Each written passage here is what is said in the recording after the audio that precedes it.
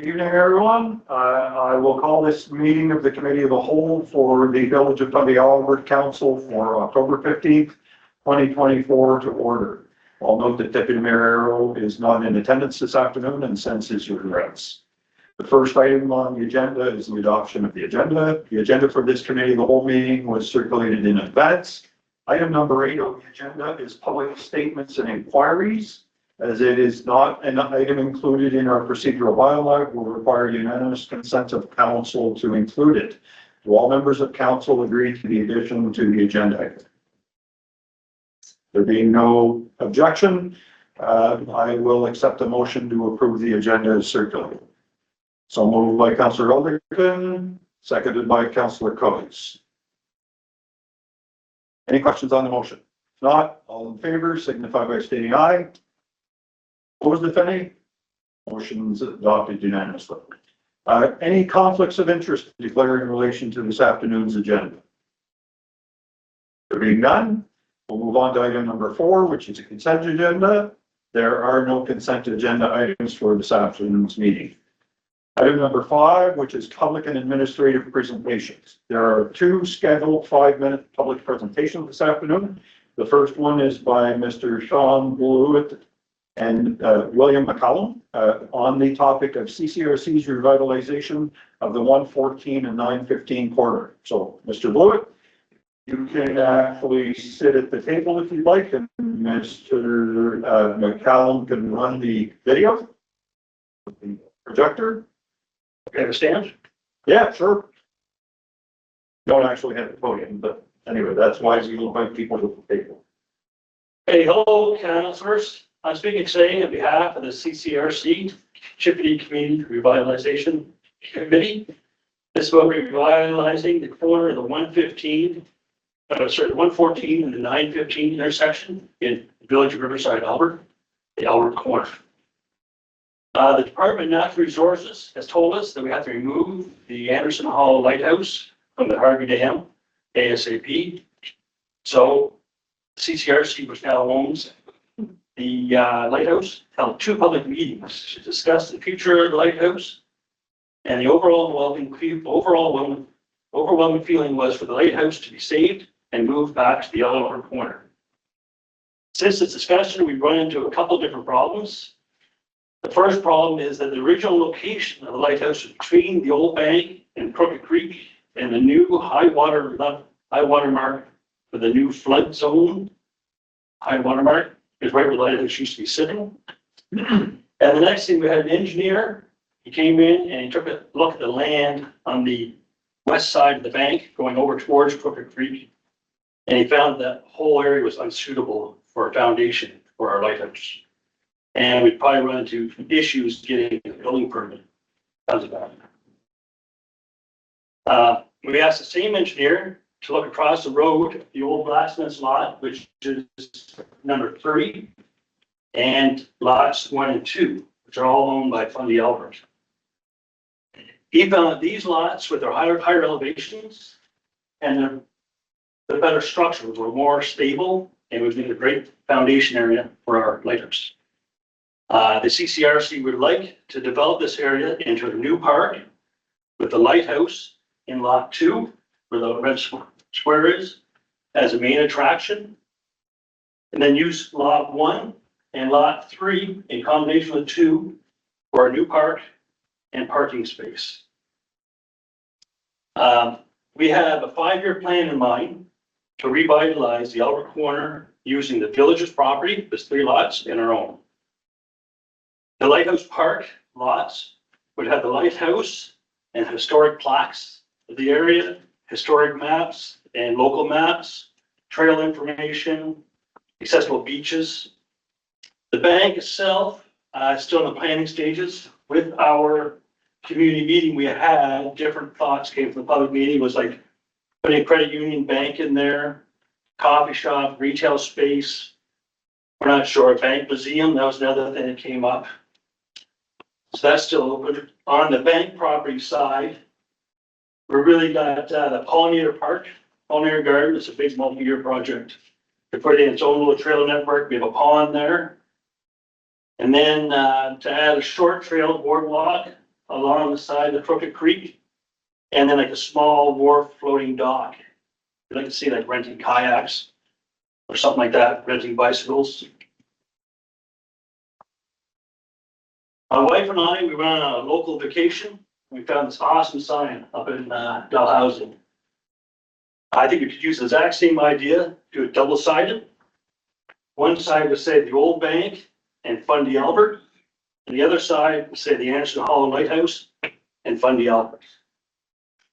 This would be a great place for tourists and locals that could take a framed picture of the area, and it'd be a great way to advertise Fundy Albert and let the tourist people catch the moment when they're there. Everybody's already slowing down when you're coming down into this corner at 915 and 114. They're either going up country or coming down country. And when you're slowing down, this makes a new park location a natural spot for travelers to stop. And with the year-round accessibility for cars, RVs, there's an ATV trail coming in, and then there's a skidoo trail. This will provide a great opportunity to promote Fundy Albert. Oh, sorry. Yes, there we go. Everyone's slowing down. The goal is to make the Albert Corner into the gateway for the scenic 915 route. Promoting Harvey, New Horton, Cape and Rage, Waterside, Alma, Lower Fundy Albert. And then Upper Fundy Albert had an advertisement for Oval Cape Rocks for Hillsborough and promote the chance to promote all of Fundy Albert. Our plan for this corner begins with the leasing of the southwest lots, lot 1, lot 2, and part of lot 1, lot 3, part of lot 2, from Fundy Albert for 5 years. This would give the CCR the ability to develop and maintain this property, resulting in us being able to save the lighthouse and the creation of a new park for everybody to enjoy and appreciate. Along with expectations, we'll renew this lease every 4 to 5 years. The revitalized Albert Corner will provide an eye-catching view, making a must-stop for people as they go through it. When you come into our town, you'll be welcomed by the Shupping Marsh, Crooked Creek, Historic Bank, the Anderson Hollow Lighthouse. It will showcase the best that Fundy Albert has to offer, leaving visitors with a real sense of our community and its endearing East Coast charm. The village has a chance to really help Riverside Albert start this revitalization process. All right, thank you very much. A little over, but not too bad. So, actually, Sean and William, the questions from council don't count in your 5 minutes, so we'll see if any of the councilors have any questions for you. Okay. So, Councilor Coates, did you have any questions for Mr. Blewett? There's an ATV trail there that's used in the winter time and summertime. You made plans, I heard you mention it. Well, that's right. It's a licensed or a sanctioned skidoo trail, Yes, and it's hopefully be a sanctioned ATV trail in the future. And you'll be able to bring your machines in the park right there in front of the lighthouse area. People stop there already, go to the store across the road. because it's a good gas stop. Yeah, right. Yeah. Okay, no, that's all, as long as you got it in the plans. Good, thank you. Council Land. Thank you, Sean, presentation. Just a quick question. How many members of the CCD? Does the community CCRC. CCF? Any ideas of 40 members. Yeah. Okay, I'm just curious. Yeah. Okay. No, it looks good. Thank you. Thank you. Councilor Jonah. No question. Anything you guys do, you do well. It sounds like a great project. Thank you very much. Appreciate you. Great. Councilor Elderkin. Thank you very much for your presentation. I am familiar with a little bit of your works. You come, anything that you've taken on, you've certainly done it with completion to its full effect. A couple of questions I do have is, when you identify to maintain the property, what exactly is your definition of maintaining the property? That's one question I have. The lots that the village would own, we would take care of completely. Like right now, you guys mow it, you gotta take care of a flower garden. We would take that over, maintain the whole lawn. And then same as we take care of our property adjacent across the road. So be mowing and developing. I really like to open it up and cut the trees down the backside so you can see behind and see the Shupping Marsh behind the lighthouse. That would be the end result. And my other question off the top of my head is because of the traffic that you're anticipating, you're hoping that you'll get, where's the liability insurance fall? Well, that is, We've been discussing with actually 3 different insurance companies, including the one that we currently have insurance with for the board liability from the CCRC. We still haven't got a response from them yet, so we're still working on it. Yeah. Because that I think is an important, for me, that's an important factor, because if the municipality was leasing a piece of property, you know, we wouldn't want to be liable for anything that might be happening on it when we're not doing the happenings.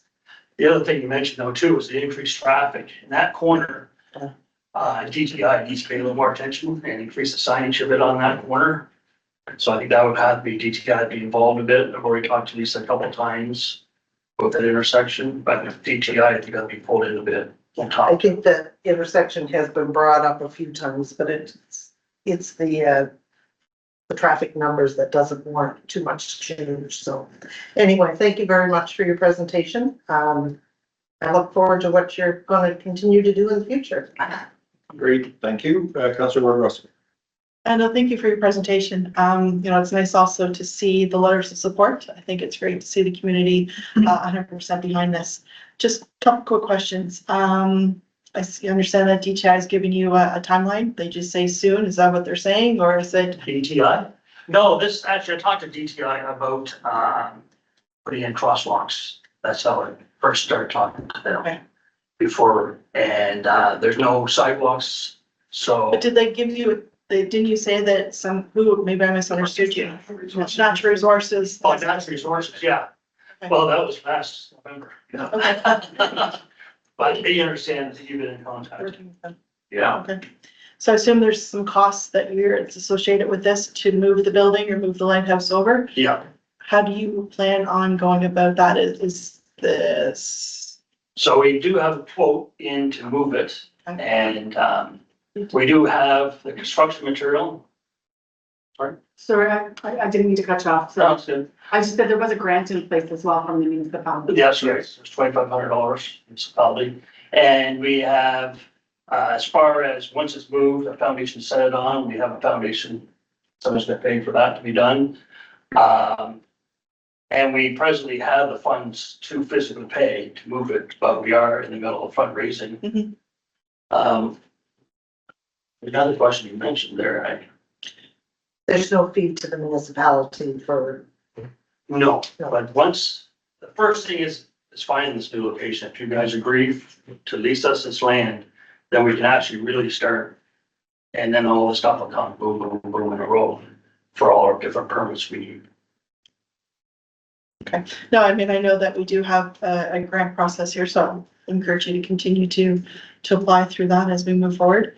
And, as we prepare our budgets, it was kind of in the back of my mind if there would be an ask coming from your organization in the coming months. Yes, I'm not sure we have the same, but Just something to keep in the back of our minds, I guess. back to your thing about all the different, there was 10 different letters I received. Oh, yes, letters of support. Every person I talked to, everyone said that corner that the village owns would be a perfect spot to put the lighthouse. I think everybody, I was quite surprised at that response. Good job, thank you. Thank you. Thanks for your presentation, very thorough. Good answers to some really good questions. Obviously, I have some of my own questions, like for one thing is if you're going to go to the trouble of relocating a building and all the costs associated with it, I'd be surprised that you wouldn't be asking for a longer term lease. 5 years and having to renegotiate that every 5 years might be a little cumbersome. So you might be wanting to look at maybe a 10-year lease. That way it doesn't come up every 5 years. Because sometimes things tend to fall off or fall through the cracks. You wouldn't want that to happen. There seems to be a good plan and a good initiative by CCRC to develop that corner. Obviously, we're not going to give an answer tonight. This is something that's going to have to be the subject of deliberations by council. And then at some point, we will provide you a written response in terms of what our position is on it. And, hey, so, thank you very much for your presentation. It was very, very thoughtful and very well put together. So thank you both. Thanks. All right. So there is a second presentation from Mr. Norman Woodworth on the Golf Club Road culvert. Mr. Woodworth, you want to come up and sit down at the table, if you would, please? It is a 5-minute presentation, so the floor is yours. Less than 5. And good to hear from the bank. Just for information's sake, my first job at a high school in Riverside was working as a teller in the bank there. Good for them. They want to move it. It's great. It's what they're going to do there. It's great to see that.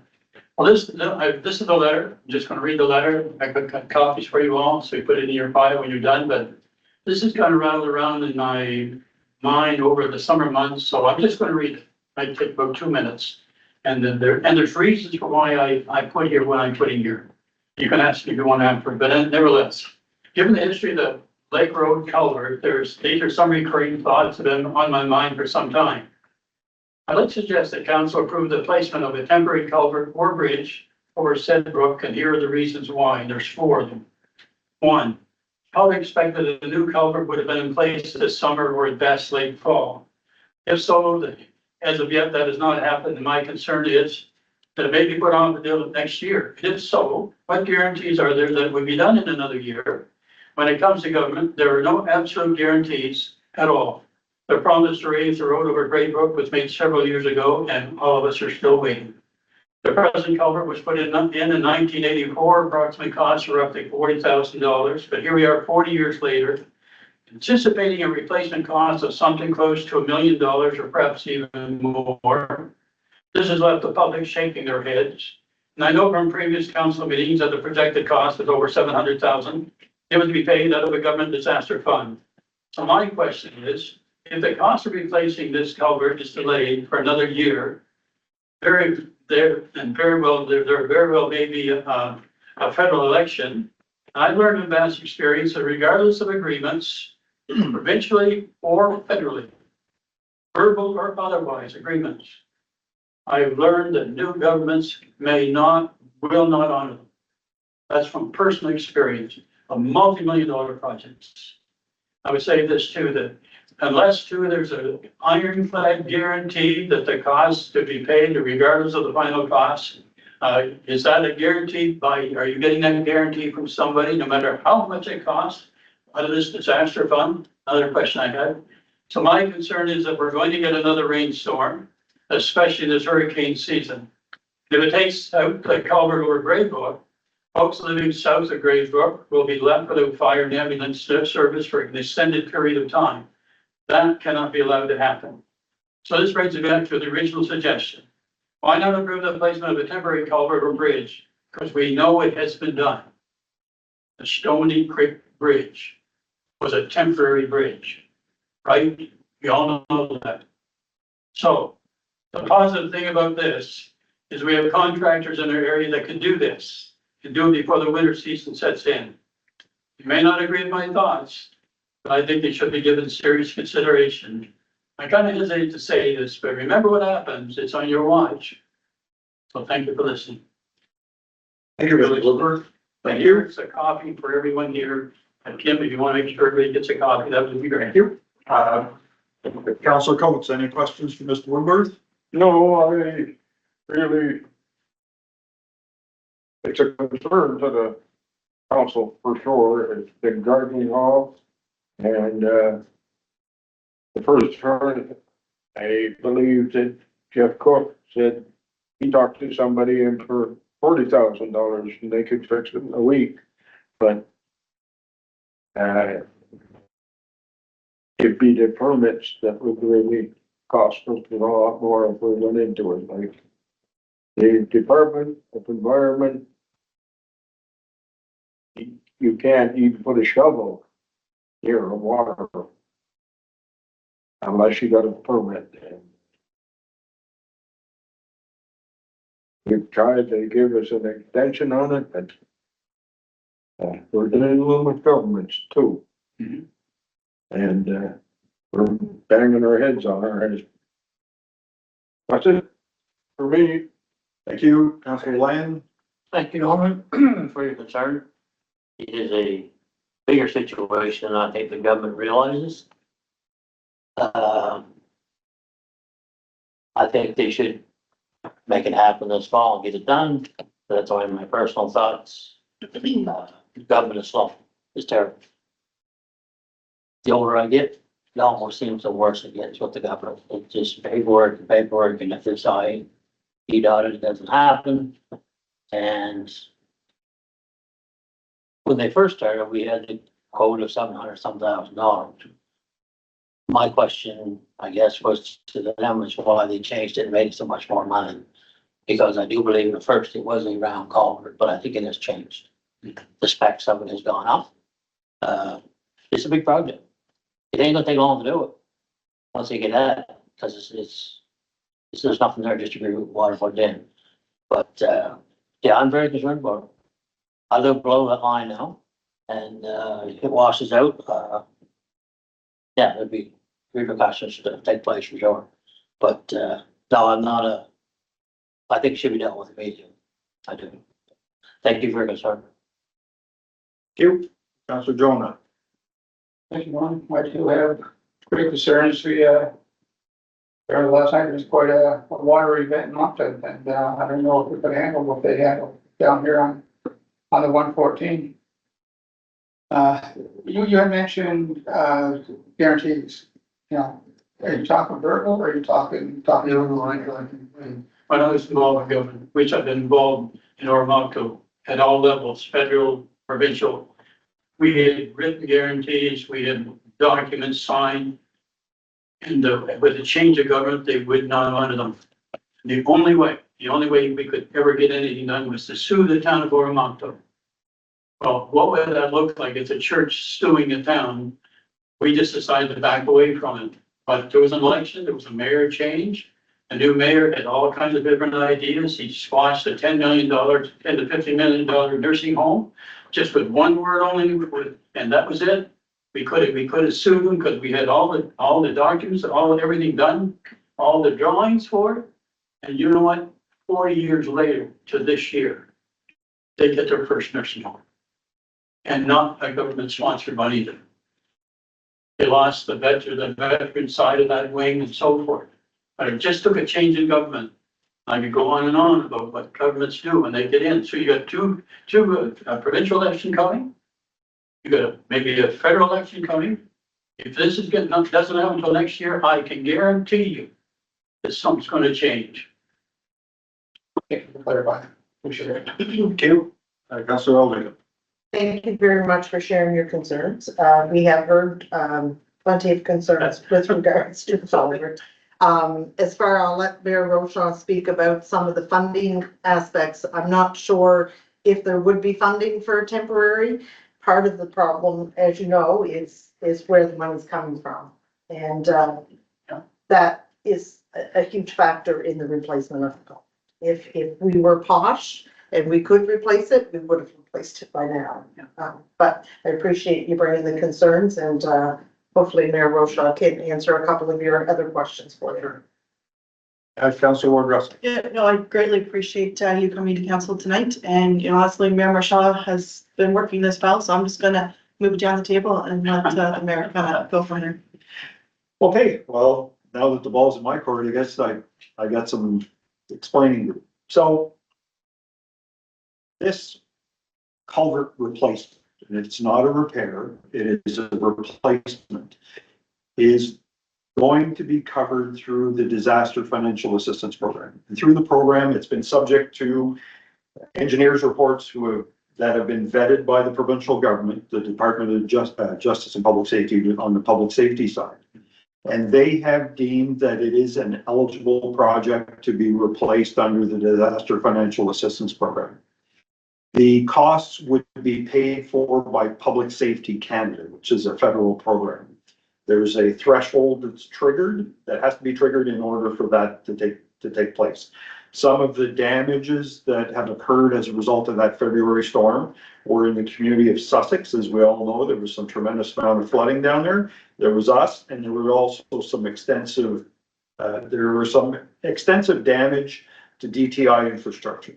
And I've had a discussion with the engineer with the department, with the EMO, and it is, they have someone who looks after that disaster financial assistance program. And he said by far DTI is their biggest client. He said they provided this update at the last meeting as well. Their biggest client is DTI, and they even have some unfinished projects from Fiona going back 2 to 3 years ago that they're waiting for the municipalities to submit their bills so that they can be reimbursed. I told them, I said, well, you won't have to wait for us to submit our bills to get reimbursed. Anyway, having said that, I was led to believe, and it's my fault for just assuming that that was the case, that there was a guarantee that the province was approving our project, but that's not the case. They said they will not guarantee the project because then they own it, not us. If they guarantee it, then we could just walk away and say, get it done. We own the project. We have to get all the work done. Now, as far as responding to one of the questions about could we not install a temporary culvert or a temporary bridge? Maybe, but who knows? They might not approve that as a replacement, and the municipality might have to pay. I was at the meeting when one of the residents said that they could do that for $40,000. That I just dismissed that entirely. It's nowhere near factual because there's a lot of permitting that has to take place for that to happen. The initial estimate was $763,000. It was an engineer's estimate. It's an engineered culvert with an engineered fishway to eliminate the fish ladder that is there that is deteriorated to the point where there probably hasn't been a fish up that stream for quite some time. The fish ladder will be incorporated into the culvert and will be set with a correct slope that the fish can actually go up the culvert. I'm not going to debate whether or not there needs to be a fish ladder or not. DFO has deemed that it needs to be there, so we have to work within those parameters. The culvert, the job was put out to tender, and the tenders came in. The lowest one was $1.1 million. The highest one was $1.8 million. So we are proceeding with the intent of replacing that culvert, and I have every indication at this time that it will be done before the snow flies. Now, why do I say that? Is because we had to, after I learned that they would not guarantee the project, but we learned that we have to apply for borrowing authority through the Municipal Capital Borrowing Board. That makes a lot of people really nervous, and it does me to some extent. But in my conversations with the province, they have said your project qualifies. There's no element of the project that doesn't qualify. I could see them reneging if we went and proceeded with a project that did something different than what they have already reviewed, but that's not the intent. The contractor, the successful contractor, it hasn't been awarded, but the low bid is confident that that can still be done this fall. Now, we have submitted to the Municipal Capital Borrowing Board the requirement to borrow the entire amount, but with the Municipal Capital Borrowing Board, once they provide the borrowing authority, you don't have to use all of it, some of it, or any of it. But you have to have that in place because if we proceed with the project before the shovels go in the ground, they have to know that we are in a position to pay for it if something were to go sideways. As I said, I have no indication that anything is going to go sideways, and I'm working under the premise that this will be done. Am I concerned that Gray Brook at 114 will wash out? Of course I am. I come from a public safety background, so I know that that is crucial. The fire department is aware of that. They're concerned about it, but I guess we just have to kind of roll the dice and go with the situation that we currently have. The municipality simply does not have hundreds of thousands of dollars that we could put in a temporary solution that we would have to pay for in its entirety at the risk of not being able to qualify for that disaster financial assistance program. Is it taking longer than I had hoped? Absolutely. Am I confident that it is going to get done? I am very confident that it is going to get done. If it doesn't get done because the ground freezes up quicker than it has in the recent past. In the recent past, the ground really doesn't freeze much before January. So the Municipal Capital Boring Board meets on November 12th. Once they have their meeting, within a couple of weeks, if I'm correct, we should have our borrowing authority, which then allows us to issue an award to tender. Once that happens, the contractor can get the culvert manufactured because it is an engineered culvert. They will get that done and they can start on the work right away. The only thing that kind of plays into this are the environmental permits and the permits from DFO. But I am told that the allowing to work on water courses can happen until the spring. Usually can happen from September until the spring, so I don't anticipate any problems. I haven't been in contact with the engineer in recent days, but I plan to do that, and if there's a problem, trust me, council will hear about it. That's about all of the information I have on the thing, but I will tell you that is not even close to a $250,000 fix if it were temporary. And the municipality, I am almost positive, would have to pay for it in its entirety. So I'm kind of the view that if we can get province and or in this case, it would be the federal government to pay for it all, I think we should go down. That's One question I would have. sure. If there's a change in government, are there people on that board you're talking to that would change as well? Because of government change. I asked the question whether there would, and I believe our treasurer has asked a question of the provincial department, which I believe is the Provincial Department of Finance, that kind of run the Municipal Capital Board, but it's seated, it is chaired by the Minister of the Department of Environment and Local Government, which we know who the minister is today. But is there a possibility that that minister may not be the minister? Yes. But does that mean that their business, their work stops work, that they stop working and that they change direction? This is a federally funded program. So it's not like the province will have to come up with any money. They would be cutting their nose off to spite their face because DTI is their biggest client. That's my view. My concern, if it was delayed till next year, though, Right? there could be a federal election. If it were delayed until next year, it would be the spring of next year. And I haven't spoken with the engineers, but my concern would be if it gets, let's say it snows and the ground freezes up much quicker than what it normally does, and we were not able to do it, would we be able to do it in the spring? There are issues with weight restrictions in the spring. There are issues with when the roads thaw sufficient enough to allow them to do their work. Is it possible that it would run into a next federal election? It would have to drag on probably. I don't foresee a federal election until the fall. Now, anything's possible, but if it's a federal program and they have approved the federal program with the province, I can't see them backing away from it. But that's my perception. Yes, Councilor Lang. If I may add, Norman, if it is awarded this fall, whoever the contractor gets the bid, if they got their ducks in order, they can start that project this fall. They can have that gravel on site. They can have everything on site. Yep. If the frost comes, they'll shut down. But the weight restriction will not bother them if they have planned ahead. And that is a key factor if this is awarded in the next month.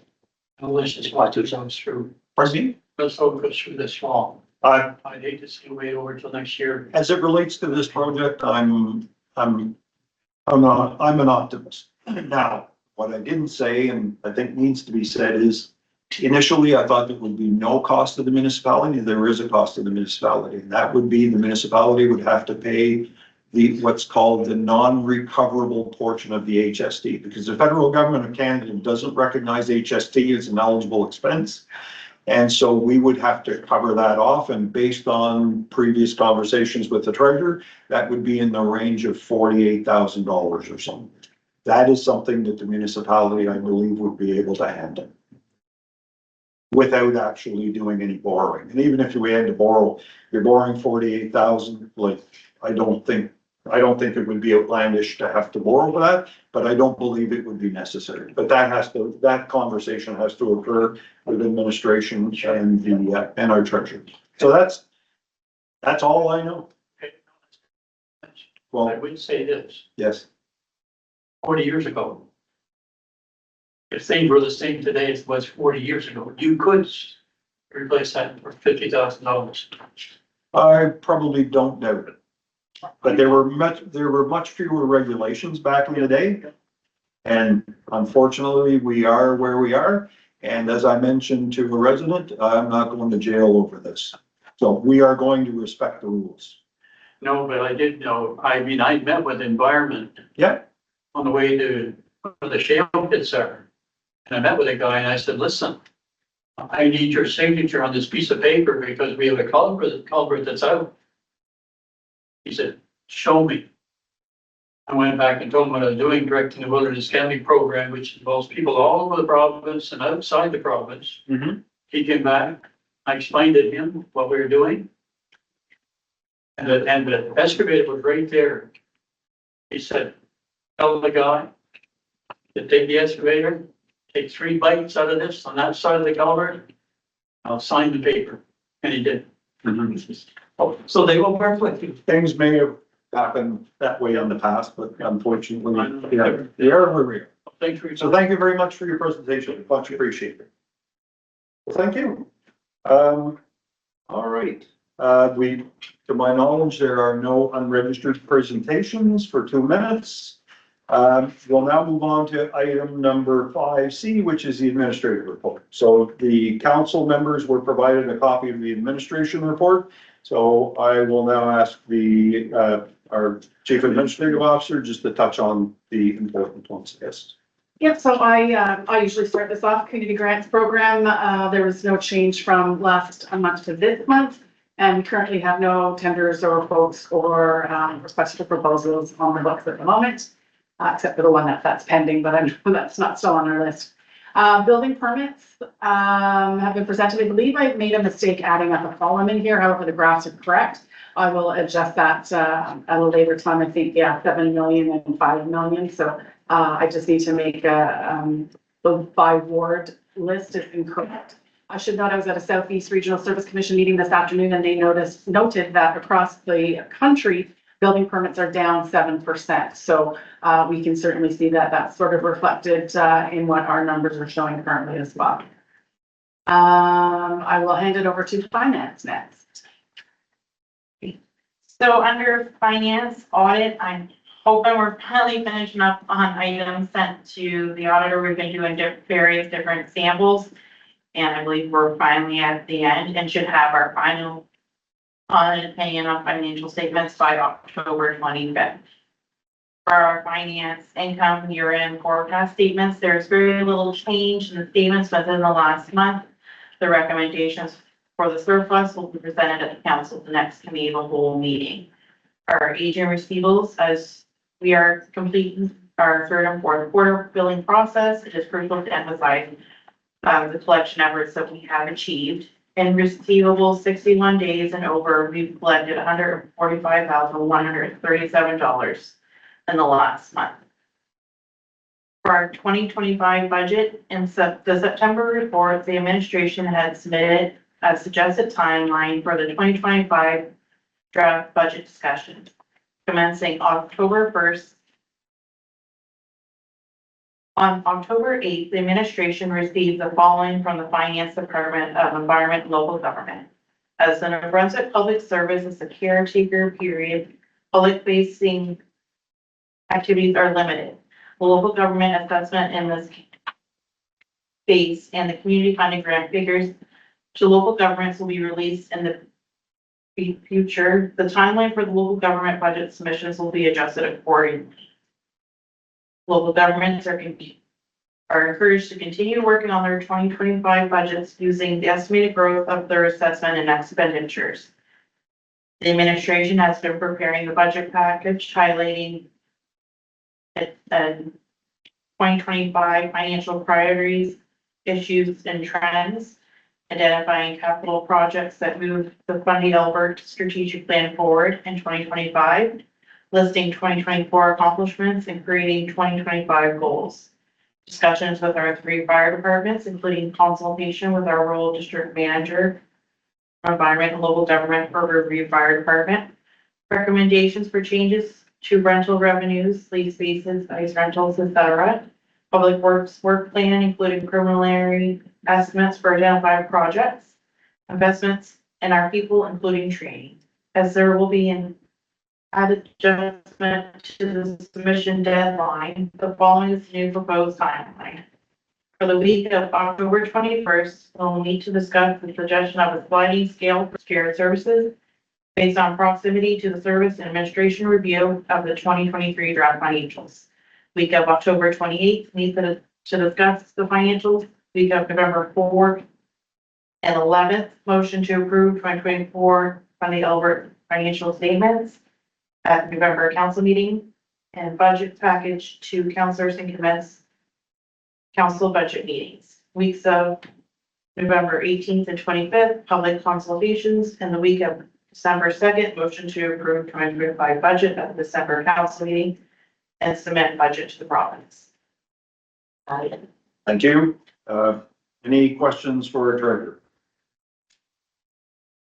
Councillor Alderton? I have a couple of questions. Thank you, Ms. Hutchinson, for your report. Just looking over the budget here, it's noted that our target at this stage of the game should be 75%. One of the ones, a couple of them, I have a couple questions on. The protective services.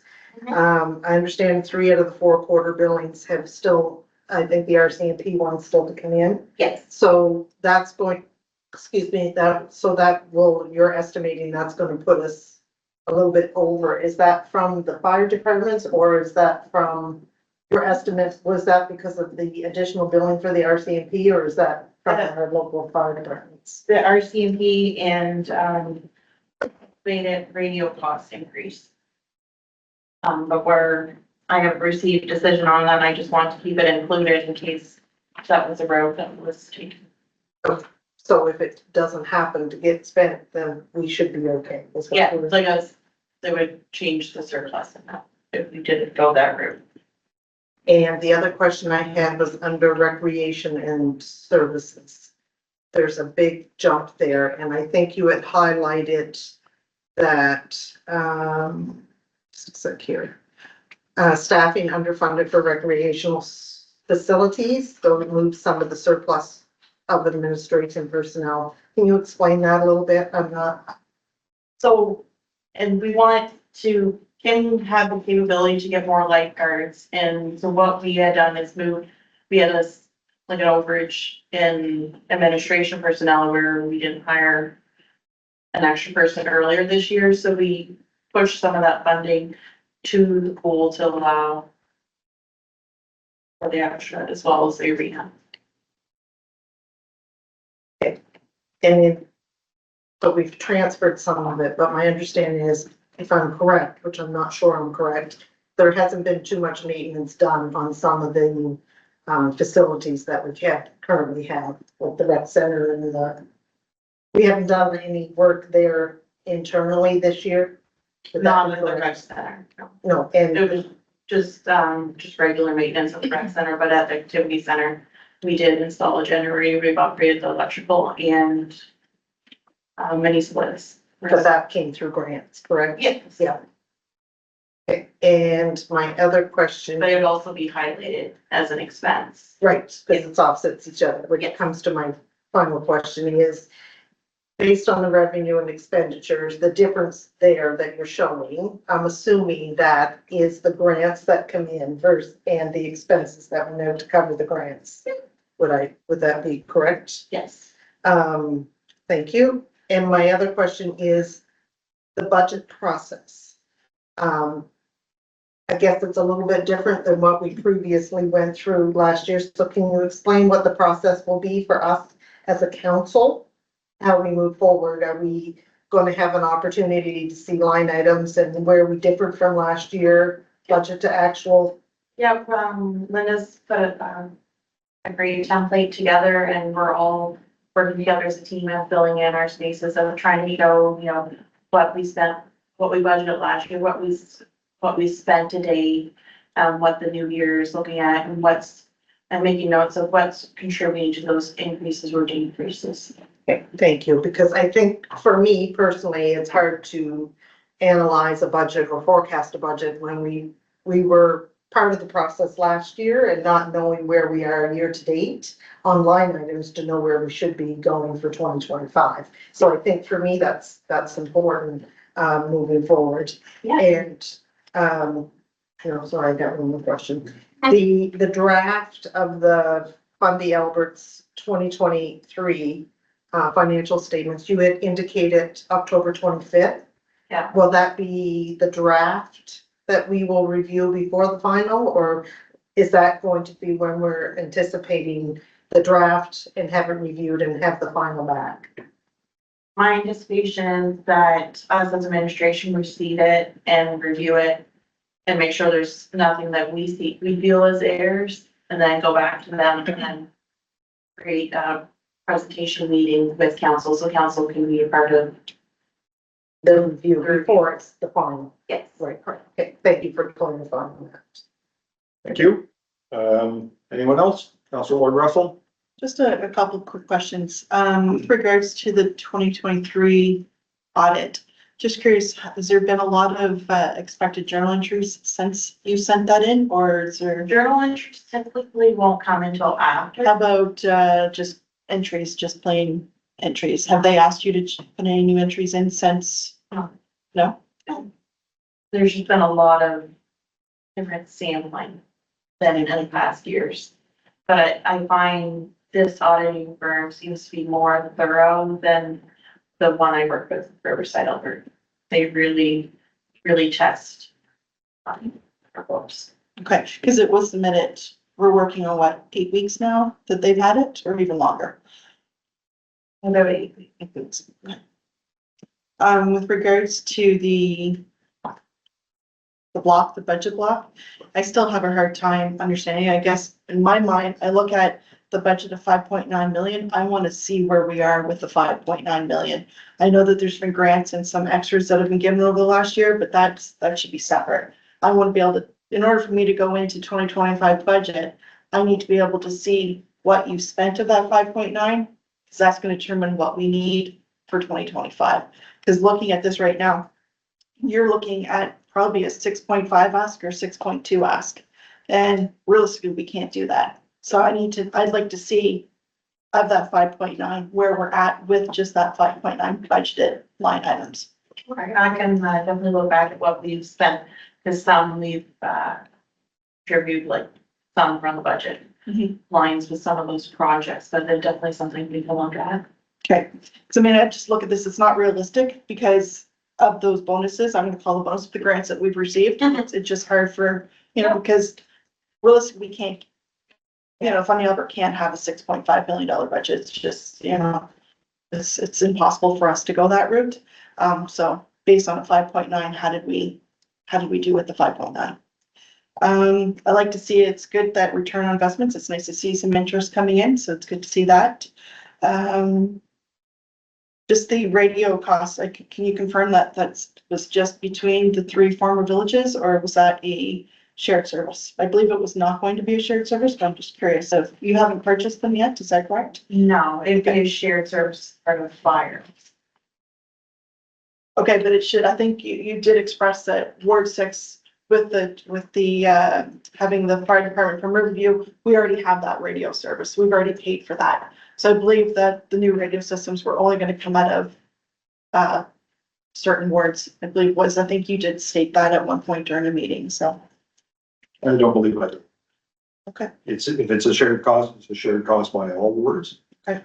And I think it's captured in the little blocks under the initial budget or the initial, just at the bottom of under finance. It talks about protective services, which is fire protection, insurance benefits, radios, battery station, and protective services is a shared cost. Other than the RCMP billing, and I do know a thing or two about the RCMP billing because I used to look after them. And so the RCMP billing, what will happen is the RCMP costs through the year don't increase for a municipality. during the year. You won't get an increase. There'll be a reconciliation that's done after March 31st, and that adjustment will be reflected in your 2025 budget costs. So that typically won't happen. I think the majority of the increase in costs are the result of any fire-related increases.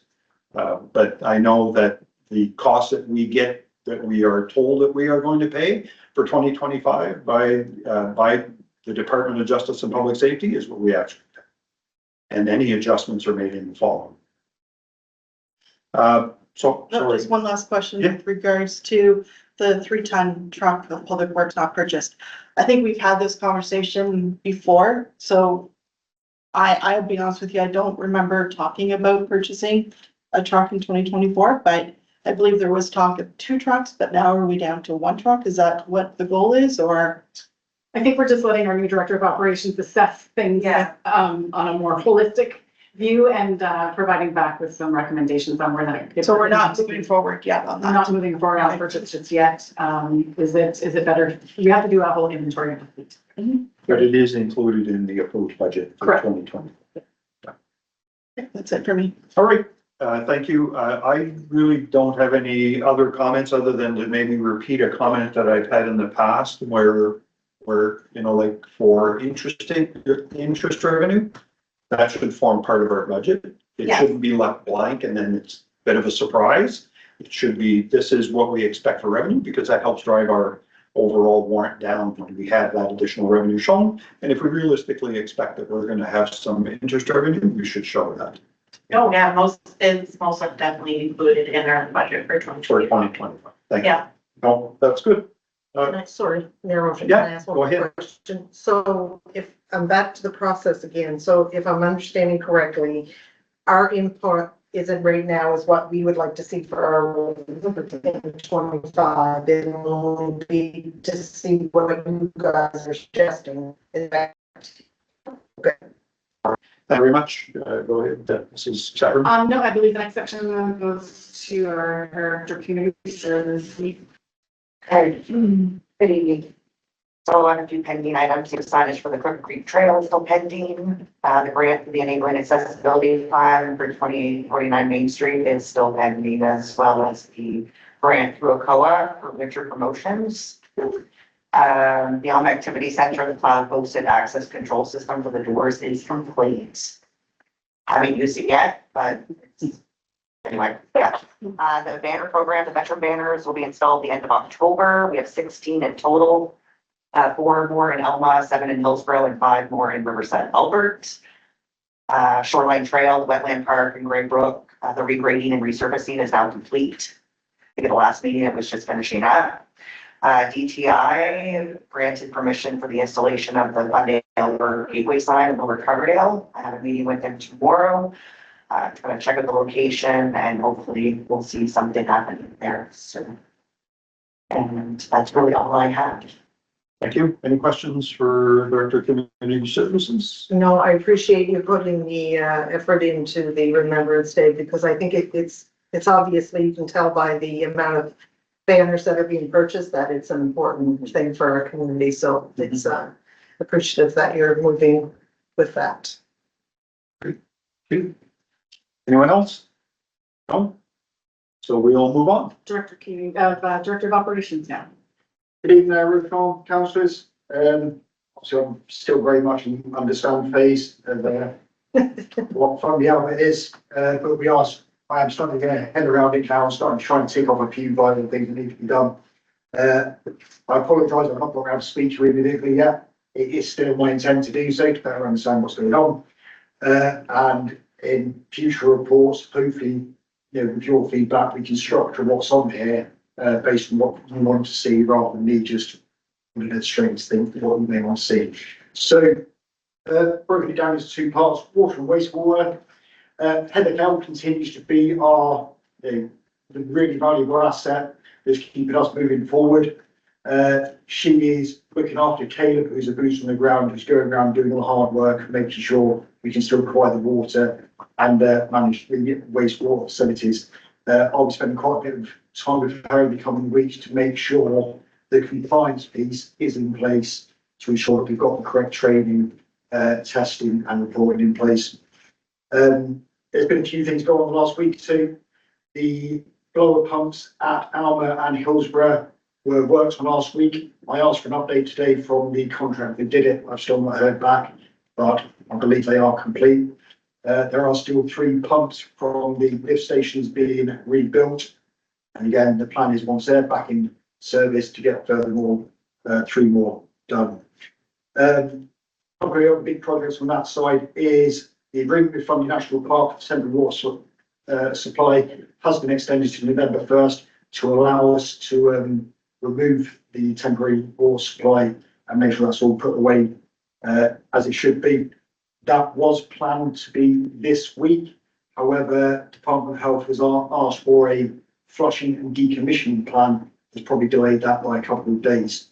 But hopefully, once that's in place, we can ensure minimal disruption to the community in terms of all orders and that, and get that removed by this weekend, hopefully. Also, another big project is the Riverside Albert filtration plant. I went to a construction meeting last week and highlighted there hadn't been a stakeholder meeting yet to advertise the impact this could have on the community. So that happens tomorrow night, and hopefully all going well. We'll start that on the 21st of this month, so next Monday. Couple more bits of positive news on that. Brian O'Brien and David Still both passed their level 1 water distribution exam, which is really good news, takes the pressure off from Caleb. But that also highlights the importance now we need to establish on-call policy with the appropriate compensation, which I know I've looked into with the CEO. We just need to move forward with that and start making it happen. That is water and wastewater. Public Works, welcome to Chauncey Kingston. Now on a contract working in the arena, and we'll then move over to Public Works in the spring. So happy to have him on board. Obviously, you've got this report in front of you. You haven't got any questions about the other stuff. A lot of it was just mine details that I've added on there. A lot of real importance this way. Thank you very much. Any questions for Mr. Barrett? Yes, please. Go ahead, Councillor. Thank you, Mayor. On the hiring of Chauncey Kingston, does he have any water and wastewater certificates experience? Currently not water and wastewater, but he does have other qualifications in terms of trenching, and there was another qualification that's gone to the top of my head that is going to be very useful for us within Public Works Department. But you have mentioned about putting him out to Public Works in the spring. Is that going to be a full-time position in Public Works? Or is he going back to the arena next winter? So the way his contract will work for the foreseeable future is he'll do arena for the arena season and then into Public Works for the summer. There is a lot of work I've got to do really understanding the organisational structure we have to enable us to deliver everything we need to deliver with the staff we've got, and ensuring the skills are in the correct places. If I may be forward, there's a young man working in the arena, David. Councillor, maybe that's something that should be dealt with under human resources by the CAO and Mr. Barrett. I'll tackle it then. Thank you. Okay, thank you. Any other questions of Mr. Barrett? If not, we'll move forward. Closing off the report is, the bylaw review. I keep it up there. It'll happen. I do have a few draft ones. I'm hoping to get those finalized enough to be presenting them to you at the next committee of the whole. As far as major projects go, Kim has already talked about the signage. Our strategic plan, it's still up to council to get out to the community to discuss the strategic plan. And that was promised as part of the exercise that we did. There was an update on the project for Ward 1. We are meeting with Englobe tomorrow to receive the 99% package drawings for that project. There has been work, of course, ongoing with that, and it is still on target, and there are no issues that we see at the moment. They hope to have the tender out on October 25th. That might be a little bit late. They were a little bit late getting that 99% to us. So that might push back to the beginning of November, but they do hope to get that tender out so that it can, the bids can be received and the work can be planned for next year. The report, I know, Councillor, Arrow had asked about the stormwater management proposal last meeting, and I incorrectly told him that we had received it. We have not received it, but we keep promising it. We should have it any day now. It was just going through an internal review at Enblow before they released it to us. The Riverside Albert water treatment plant upgrades, our Director of Operations has already, updated us on that. Golf Club Road has already been updated. And the Pound Hill project, was supposed to start yesterday, rain delayed it. It's supposed to start tomorrow. And that is all we have for our updates on projects. Thank you very much. Any questions for CAO? The town. Councillor Jonah? You know this, the answer to this. Provide today, the machine that pulls, dual asphalt off is not there. Are they still planning on tomorrow? So I spoke to the Englobe engineer this morning, and yeah, that machine was there on Friday, Saturday, and it's not there now. Yeah. Which is a bit bizarre, but I'm pretty sure that they're planning on starting works tomorrow morning, and I'll be down there Thursday to make a phone call to ask why not if they aren't. Okay, anyone else? I just have a question about Yes. finances. I didn't know whether she was going back to discuss the utilities. There was no highlight on them. Is it okay to still ask a question? Or I can ask it later. Maybe It's okay. just direct your questions directly to the treasurer and the CAO afterwards. Thank you. Probably be more appropriate. All right, so if there aren't any other questions, we'll move on to item number 5D, which is the Codiac Cycling Trails. So council received a request from Codiac Cycling Trails asking us to pay a liability insurance policy premium for their volunteers to protect them while working in the White Rock recreational area. The liability insurance requirement is one that arose out of the development of an agreement between Fundy Albert and CCT to maintain that recreational area. The request was first introduced at a council meeting on August 13th. It was tabled until a regular council meeting on September 3rd, at which time a second request currently before council for funding for operational expenses was introduced. The matter was set over for additional information on September 17th. At the September 17th Committee of the Whole meeting, there was some discussion where councilors were asked to provide administration questions they want to answer to in order to make a decision. 2 councilors had submitted questions. So I'm looking to see if there are any final discussions on this prior to this matter being brought to the November 5th meeting for either the introduction of a resolution or we move on. Are there any other questions? Yes, Councilor Wardlow. The only thing that is, it's great information here, but I don't think we can, when the resolution is prepared, it should only be for the insurance, not for the maintenance cost for 2025. Mhm. We haven't done a budget yet. We might not be able to give them any money in 2020. We don't know yet. So that should not be part of the resolution for November the 5th. Your comments are noted, and if the resolution is introduced with that in there, and you're opposed to it, you can vote against the resolution. So. Any other comments or questions? Or a comment? Sorry. Yes, go ahead, Councilor Joe. CCT took, in 2016, they came aboard looked to take care of White Rock. It had been taken care of by a couple of people that was really trying their hardest to do it. And CCT came in and they took it from, something small to where it is today. Many people use White Rock.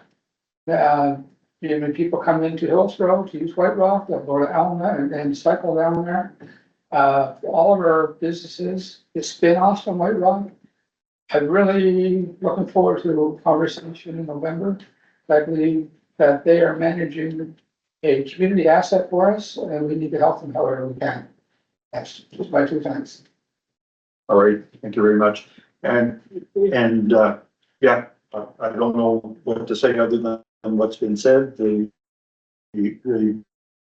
lot of the information was contained in the council report form that was circulated to council. I think it was pretty thorough. Obviously, there are some questions we don't have answers to. But ultimately, council is going to need to decide whether they want to pay for the liability insurance and whether or not they want to invest in the payment of operational expenses that they have there, or whether we take it on ourselves, or whether we just abandon the White Rock recreational area altogether. That is really the decision that the county's before. So unless there's anything else, we'll move on to the next agenda item. So I'm not hearing anything under new business, item number 6. There is a community grant request, and this is a Christmas in the Country. The Albert County Tourism Association has requested a community grant to assist with expenses related to Christmas in the Country, which is an annual event that draws visitors to the entire community of Fundy Albert. The grant request, which is detailed in the council report form, is for $2,500, which represents approximately 50% of the cost of operating the event. So there's no motion at this time, but there's an opportunity for folks to speak if they would like to speak on that issue. I don't think it's an issue. I think it's a wonderful thing that they're doing. And, you know, when you see a bus tour coming from Riverview with a load of people on it to do Christmas in the Country in Fundy Albert, I think it's a win-win for everybody. That's. Anyone else have any comments? I also think it's good for our communities, because everybody gets to spin off, right from Riverview all the way through down. It's all local stuff and, they're being supportive, so it's all good. Anyone else? It's Councilor Coates? Yes, it's been growing from, just the members of, Fundy Albert, or Fundy, I guess it's a Fundy, former ACTA. It's, has, some of the businesses are in there now, have joined in with them, and, I think they've doubled the places, country, the Christmas. And if they get anywhere like they did where they, fleet launch, they get people like that, then it'll be a plus for Albert County. Absolutely. Thank you.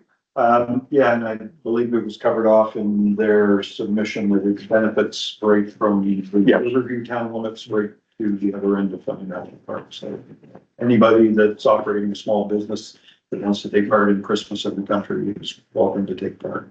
There are different degrees of contributions if they want to take part. Anything else on that? If not, we'll move on to item number 6B, which is the King Charles III Coronation Medal. So we're currently in receipt of a letter from Fundy Royal Member of Parliament, Rob Moore, asking our council to nominate a resident of Fundy Albert to be awarded the King Charles III Coronation Medal. The award recognizes individuals who have dedicated themselves to service of family, community, and country. The guidelines to select the nominee have been provided to all members of council in the form of the letter. And there's additional information that's available online through the Governor General's office, which is the Office of the Chancellery.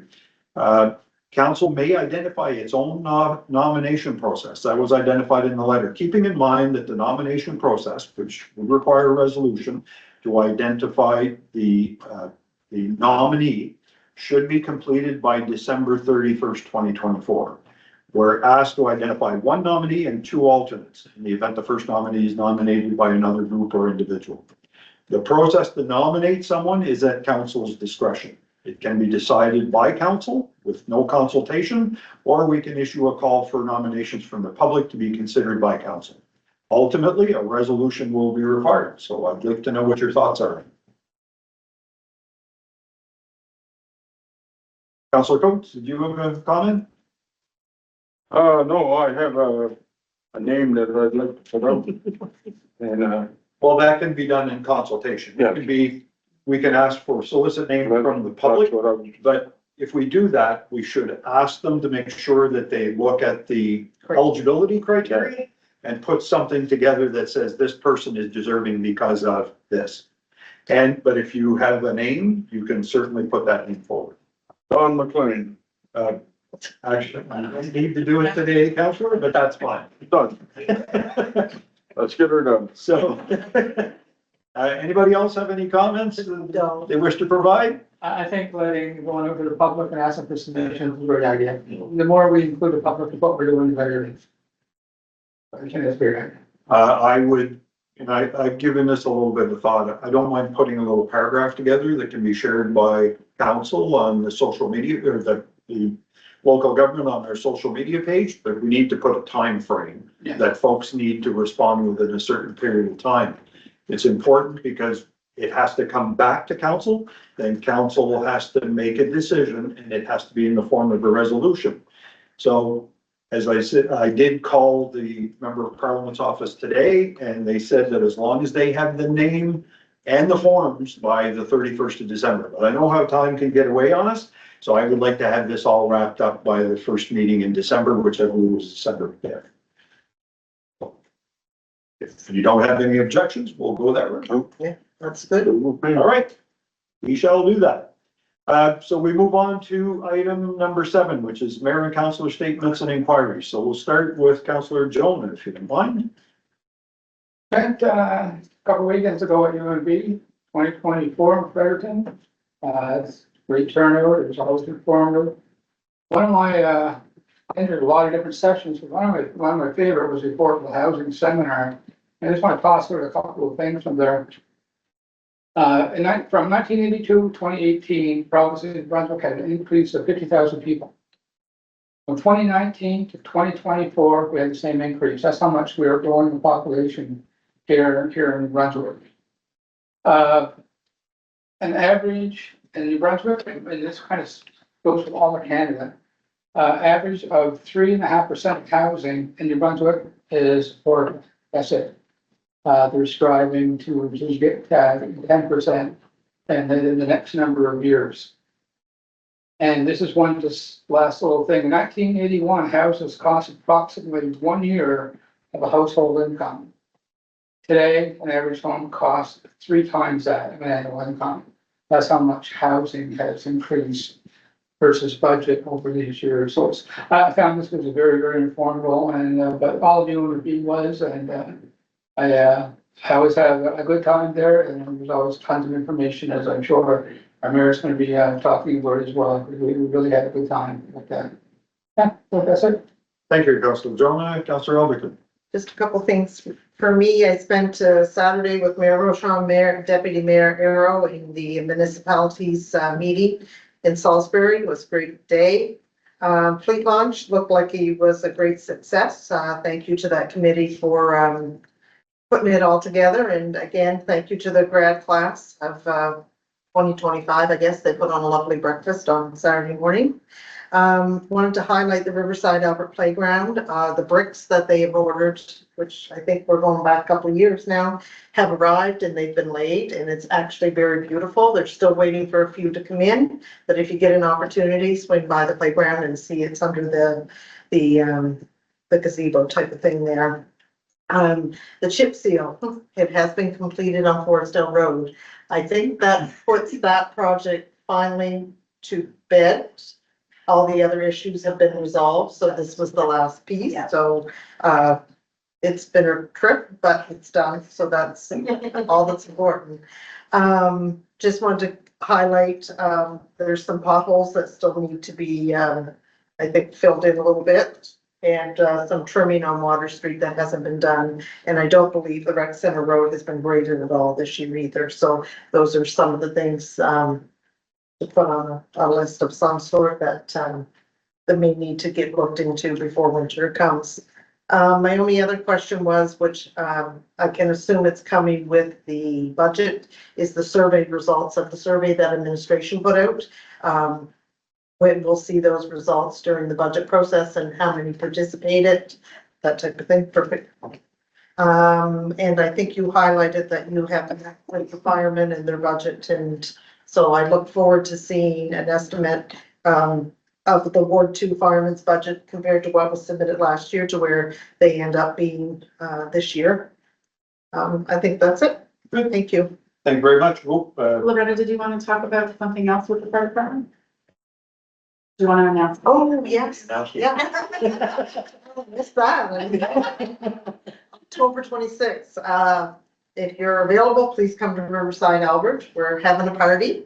there will be a new fire truck in, on display that day. So I think it's from 12:30 to 2:30. I don't remember right off the top of my head.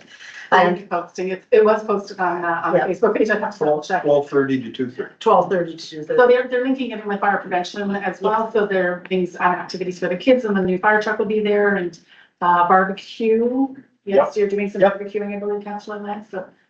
Yep, and I think there's gonna be some sweets there as well, so, hopefully come out and, pay a visit. Thank you. I don't know how I missed that one. Councilor Russ. Just a couple quick things. So I did attend the UMMB meetings last weekend with Mayor Rashad and Councillor Jonah. So thank you for the opportunity to attend those. Oh, Coke, sorry.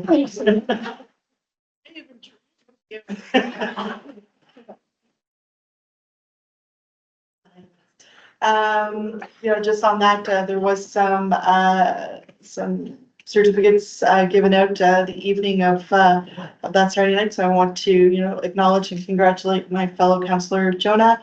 He received an award for 12 plus years of service. So congratulations, Councillor Jonah. Lastly, I know that we have talked with regards to a broken light on the corner of Baxter and Route 114. I know the request was for the resident to fill out the forms on NB Power, just to let you know that they have done that, and they came back and said it was not their responsibility. It's owned by Fundy Albert, and Fundy Albert should be the one that looks after the request for that. So hopefully going forward, Fundy Albert can do that. Thank you. Councilor Coates. My favorite, project on, I would like the, council to see if we can ask nicely if they would reply to inquiries. Just, I'll give you a little, They being DTI. yes. September 18th, thank you for contacting the Department of Transportation and Infrastructure, Transportation and Center. Your message has been received. Most requires are answered within 3 business days. Please visit the Department of Transportation and Infrastructure online anytime. Today and the next day, I get confirmation of your receipt. Thank you for contacting the Department of DTI and Infrastructure with your concerns. A ticket has been created in our system and a DTI representative will be dispatched to follow up on your request.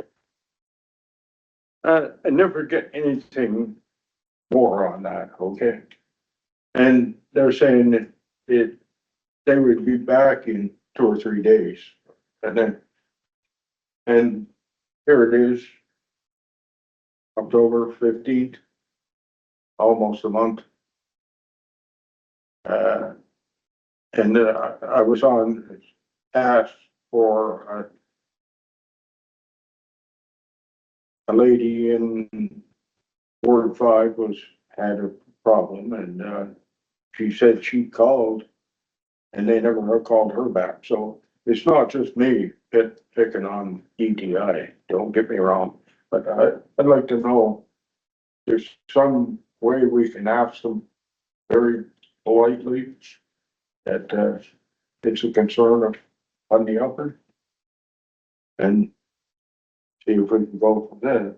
Besides that, I'm part of Union Municipalities of New Brunswick. I attended the with Heather being the Schaefer grouper. And I got the understanding from 2 or 3 different municipalities that they were still having this a problem with getting information from the DTI.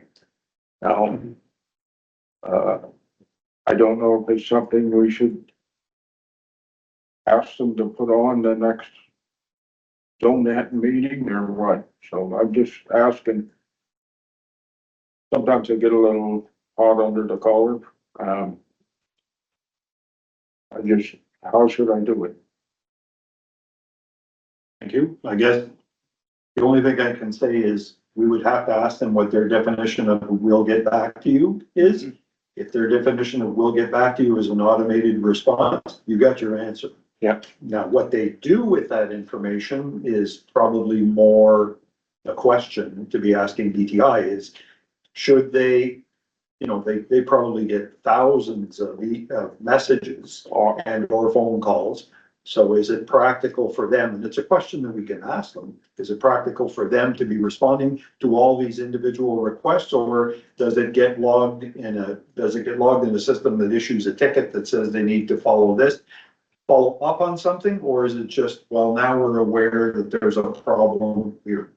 So we can ask them for some clarification, and that's probably a good approach, a good starting point without creating too much friction. Thank you. Thank you. Council Land? Just one thing, congratulate my fellow councillor for 12 years of service, and I guess he was presented with a plaque at UMB, which is great. Congratulations, Mr. Jonah, and Ted Nolan this week. Great. So I do have a couple of things. One is the UMNB Annual Conference and AGM. Councillor Coates, Ward Russell, and Jonah and I attended the 30th anniversary of the Union of Municipalities of New Brunswick Annual Conference and Annual General Meeting. On Friday, there were several informative sessions, including the importance of succession planning for municipalities, community housing for municipalities, programs offered through the Green Municipal Fund, public relations and social media information sessions for municipal leaders, and asset management in the context of climate change. Saturday, there were sessions on municipal fiscal health in the context of UNMB's fiscal paper, an informative session in relation to the new local governance commission, enhancing regional cooperation with regional services, addressing harassment within the municipal setting. A highlight of the conference was a banquet where several individual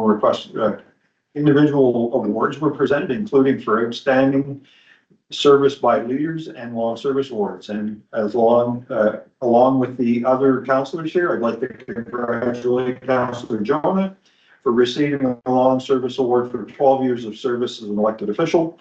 Your service as a councillor for both the former village of Hillsborough and now Fundy Albert is noteworthy and very much appreciated. So congratulations and thank you for your service.